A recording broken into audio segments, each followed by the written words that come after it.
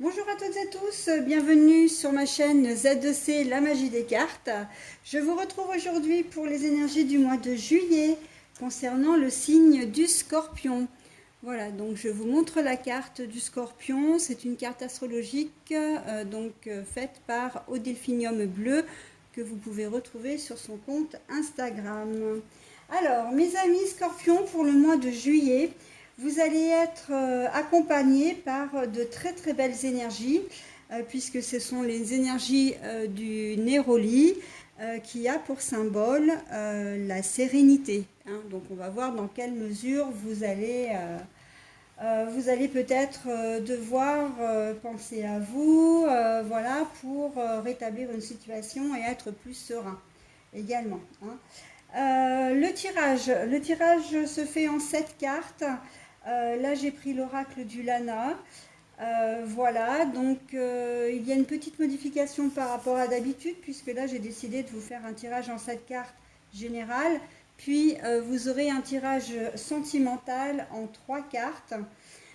Et là, je vais prendre l'oracle des énergies ou encore l'oracle des chakras, puisqu'il y a les chakras dedans.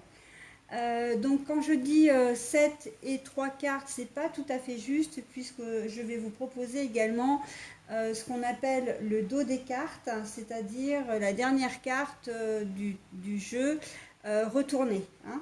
Voilà.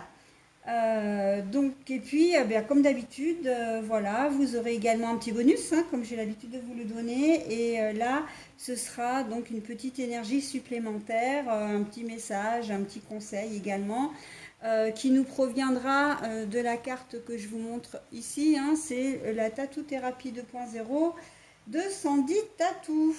Voilà, je crois n'avoir rien oublié. Si ce n'est que quand les cartes sont à l'endroit, je vous les montre, pas de problème. Quand les cartes sont à l'envers, je les laisse à l'envers, puisque je les lis à l'envers, mais au préalable, quand même, je vous montre la carte à l'endroit pour savoir de quoi elle retourne. Hein, voilà ce qu'elle signifie. Allez, eh bien, on y va pour votre tirage senior. L'été.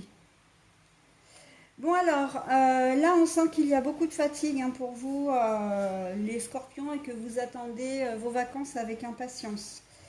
Oui, vous avez envie, vraiment besoin d'aller voir ailleurs si l'herbe est plus verte, voire même peut-être de trouver un coin où il n'y a pas trop de monde. C'est-à-dire que si il y a des gens qui vont à la mer, vous allez peut-être préférer la campagne ou la montagne pour avoir un petit peu moins de monde. Hein. Vous allez choisir un coin vraiment où vous allez, comment dire, où vous n'allez pas être happé par le flot de la foule.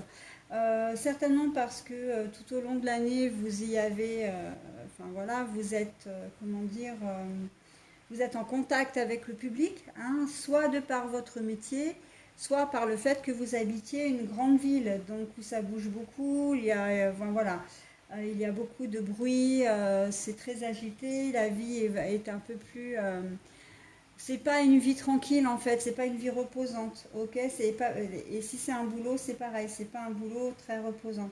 Donc là, on voit que vous avez envie et besoin vraiment de vous retrouver, de vous reposer. Hein. On sent là avec la carte du senior, c'est la carte, comment dire, qui dit que bah, vous êtes fatigué. Hein. Vous avez vraiment besoin de vous reposer. Et l'été, ben l'été, voilà, hein, ça va être la période là, les vacances, mais ça, c'est aussi le signe donc bah, de vacances justement, hein, de partir peut-être dans un coin quand même où il y a de l'eau, hein, mine de rien. Donc ça peut être un lac, une rivière, voilà, mais là où il y a de l'eau. Hein. Même en montagne, hein, vous trouvez des lacs en montagne. Donc par contre, protégez-vous bien parce que le soleil de montagne est peut-être pire que celui de la mer. Traître et donc protégez-vous bien contre les UV. Hein.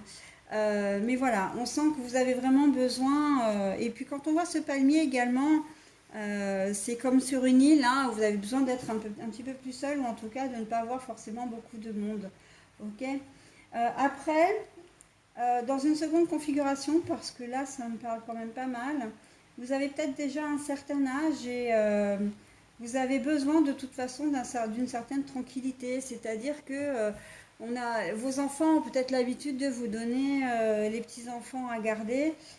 Cet été, qui est en plus un été très chaud déjà, hein, caniculaire, on sent que vous accusez quand même une certaine fatigue et que vous avez besoin vraiment de vous retrouver un peu seul pour vous reposer. De toute façon, là, quelle que soit la configuration, j'ai vraiment ces deux axes qui sont la fatigue d'un côté et le besoin de vous isoler, hein, de vous reposer. Et tout ça, on le voit déjà, hein, on voit déjà où la sérénité amène, c'est justement pour votre bien-être, hein.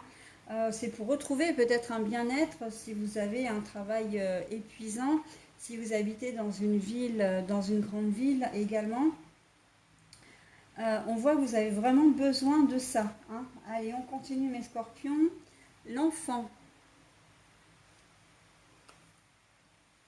l'amour. Alors voyez, hein, quand je disais, mais les cartes sont vraiment magiques, hein. Rien qu'avec ces cartes-là, je viens de vous dire que vous étiez probablement des grands-parents qui gardaient les petits-enfants. On a la carte de l'enfant qui sort, d'accord? Il n'y a aucun problème, vous aimez ces petits-enfants, hein, même vos enfants, vous les aimez, il n'y a aucun problème. Mais là, vous avez vraiment besoin de vous reposer, hein. Vous avez vraiment besoin de partir. Alors peut-être que certains vont partir aussi avec leurs petits-enfants. C'est possible parce que justement, il y a un lien particulier. Alors c'est pas forcément, vous n'allez pas forcément prendre toute la fratrie, hein, ou même la cousinade, mais il y a peut-être un petit enfant qui a une préférence pour vous, ou avec lequel ou laquelle vous avez un lien un peu particulier, et donc il se peut aussi que vous l'emmeniez en vacances, hein. Pour d'autres, c'est pareil, hein, le fait de partir et de vouloir vous reposer, ça ne veut pas dire que vous n'allez pas forcément laisser vos enfants de côté. Pour certains, vous allez les emmener. Mais moi, je vois quand même que, j'ai tendance quand même à penser que euh, je suis fatiguée, j'ai besoin de me reposer, de partir peut-être seul ou juste avec votre conjointe, même si vous avez des enfants, et ce n'est pas parce que vous ne les emmenez pas que vous ne les aimez pas aussi, hein. Il y a peut-être ce choix-là de partir quelques jours, alors c'est peut-être pas pour des vacances de 3 semaines, hein, mais il y a peut-être ce besoin quand même de s'isoler et de s'isoler sans forcément emmener l'enfant. Bon, après, l'enfant ou les enfants. Après, voilà, c'est vous qui voyez en fonction de votre situation. Mais si vous emmenez vos enfants, quoi qu'il en soit, ce sera un week-end juste conjointe avec les enfants, ok? Ou petits-enfants et grands-parents. Voilà. Mais, et ce ne sera pas pour aller dans la famille, hein. C'est vraiment de trouver un coin, alors une location, peut-être aller en camping, faire du camping-car, etc., pour pouvoir être tranquille et pour pouvoir vraiment profiter de ces vacances. Ok. Par contre, j'ai quand même on me dit quand même là, j'ai une dominante quand même au fait de vraiment vouloir partir en couple, de privilégier les couples quand même, hein, et de dire aux enfants, c'est pas parce qu'on ne vous aime pas, hein, on vous aime, mais on a besoin quand même de prendre quelque temps ensemble, ok? Donc voilà, hein, il y a cette dimension quand même, voilà, où on fait entrer les enfants dans l'équation, mais c'est selon votre situation, hein, vous avez de toute façon besoin de vous reposer. L'arbre en croix, l'adulte. Bon, alors, l'arbre en croix, ça veut dire qu'effectivement, pour la plupart d'entre vous, vous allez partir sans les enfants. Là, c'est très clair, hein, il y a une coupure, une séparation entre le parent et l'enfant, ou le petit enfant et son grand-parent. Là, on voit que vous les aimez, il n'y a aucun souci, mais vous avez besoin d'être seul, et vous allez faire un choix qui est vraiment complètement sage, un choix vous allez prendre une décision qui, comment dire, qui vous correspond, d'accord? Vous allez prendre la décision, donc du coup, donc c'est soit d'emmener les enfants ou les petits-enfants ou pas, mais vous allez prendre cette décision en connaissance de cause, hein. Là, l'adulte, pour moi, ça veut dire que vous savez véritablement ce que vous faites, vous agissez comme un adulte et non pas comme un enfant. Et que ben vous allez peut-être décider effectivement de ne pas emmener les enfants, mais pour une bonne raison, hein, parce que vous avez vraiment besoin de temps pour vous, hein. Ça, c'est indéniable. Et en plus, vous avez vraiment besoin de retrouver un certain équilibre.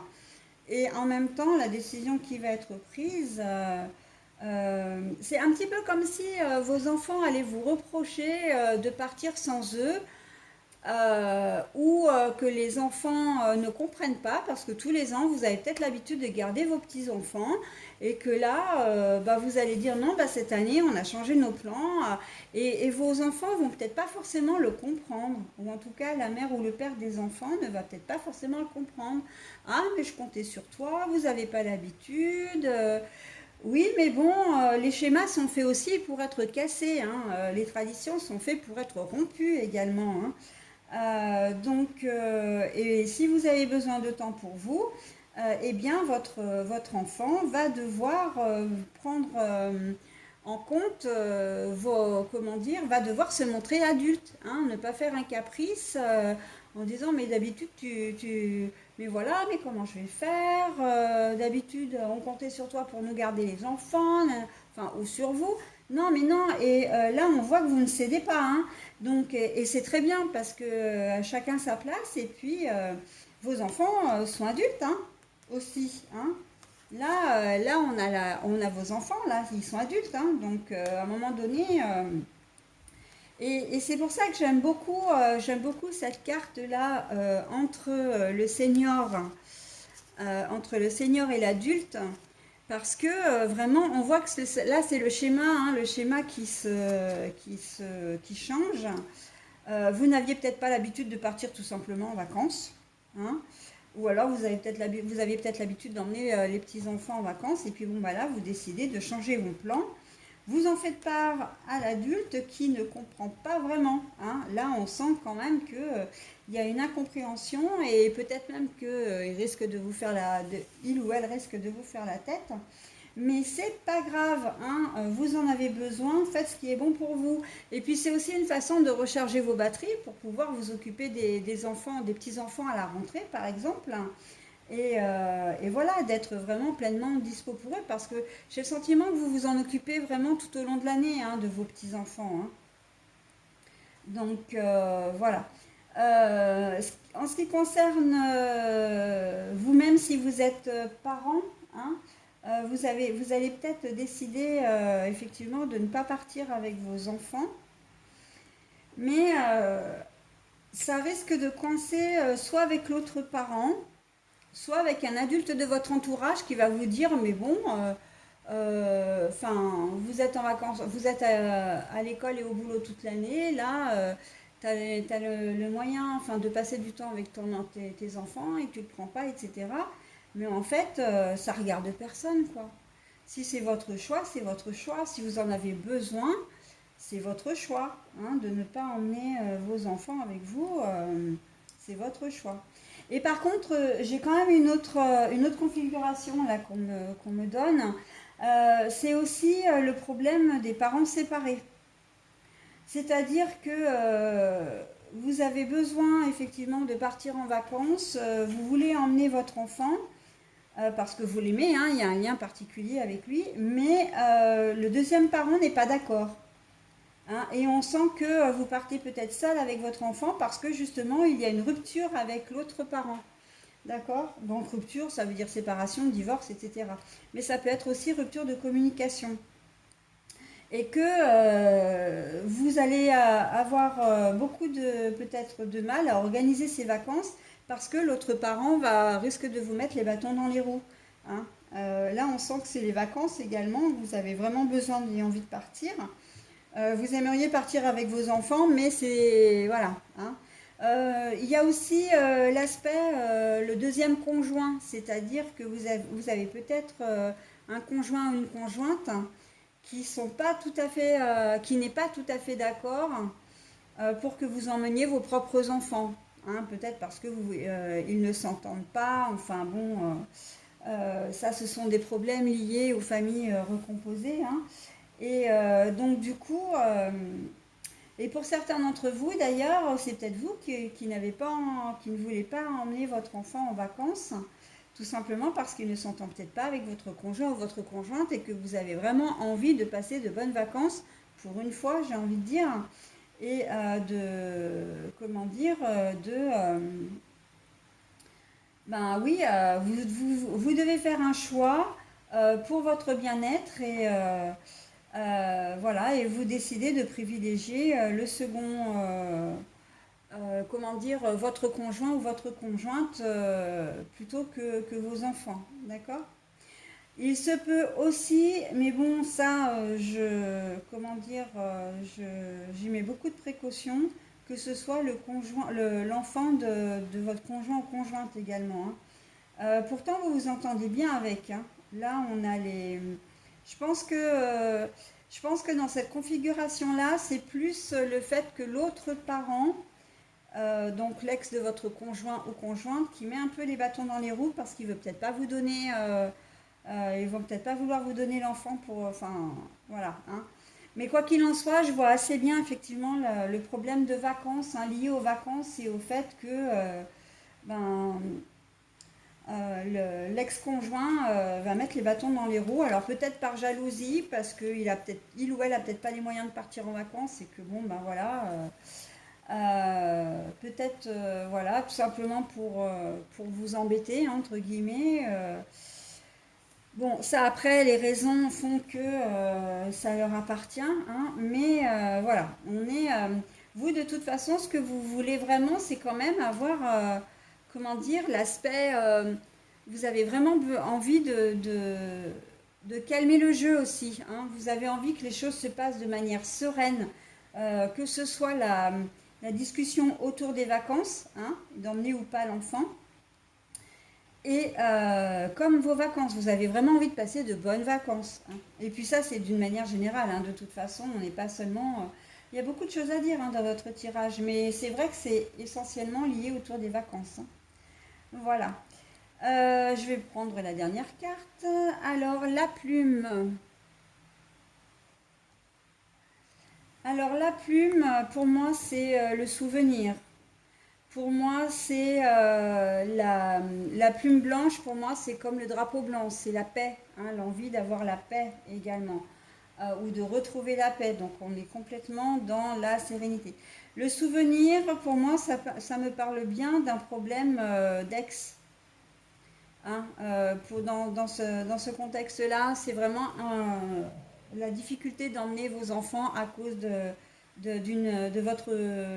votre ex. Hein. Le souvenir, c'est une relation passée là. Donc voilà, c'est complètement ce qui me vient à l'esprit pour ça. Et justement, en ce qui concerne les grands-parents, si vous-même êtes grands-parents et que vous avez besoin de prendre du temps pour vous, là, c'est le souvenir, c'est parce que bah, justement, ça fait très très longtemps que vous n'étiez peut-être pas parti en vacances tout seul, que vous aviez envie de faire des choses ensemble, hein, ou si vous êtes un papa seul ou une maman seule, donc grands-parents, hein, j'entends, donc d'un certain âge, pour vous, les vacances, c'était peut-être qu'un vague souvenir. Hein.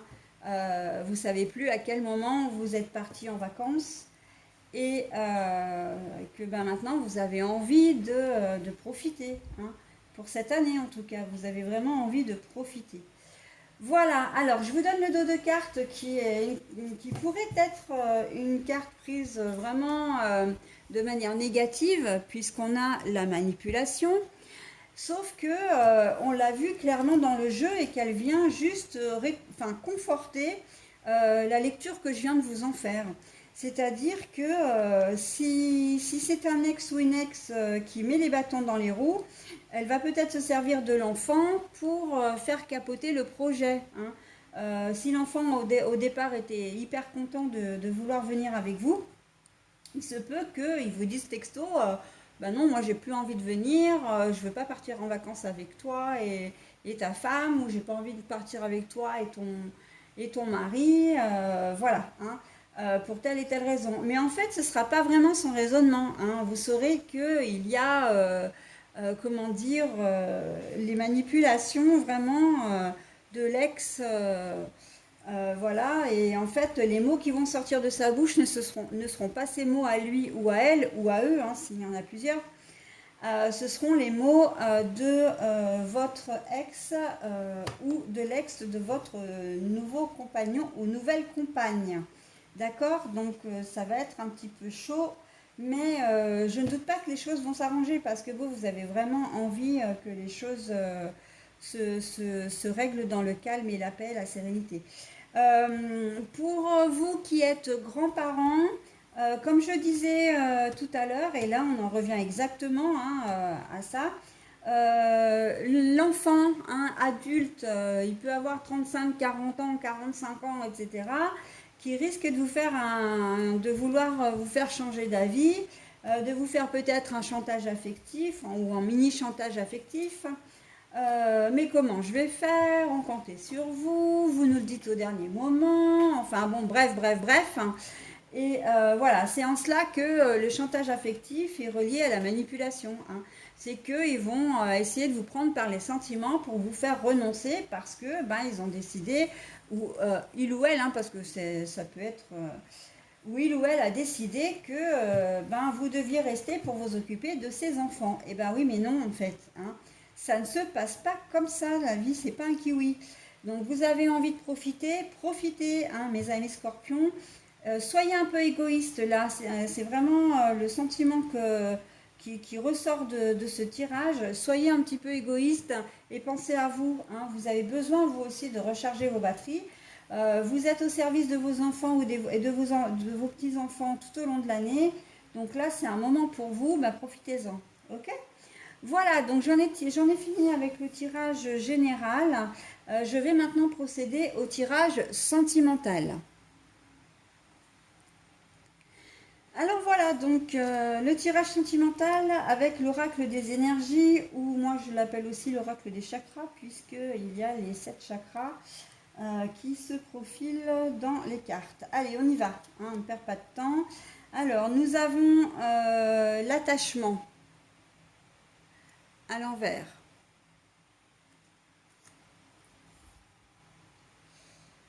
Oh, nous avons la corne d'abondance.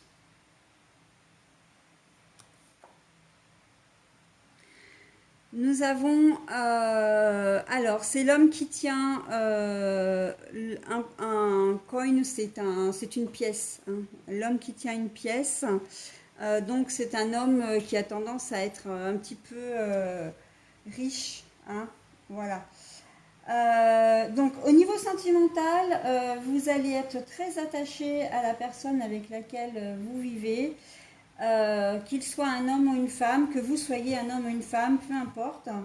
On voit que vous allez passer un mois de juillet vraiment très très sympa parce que même si vous voulez, votre relation est assez équilibrée en fait.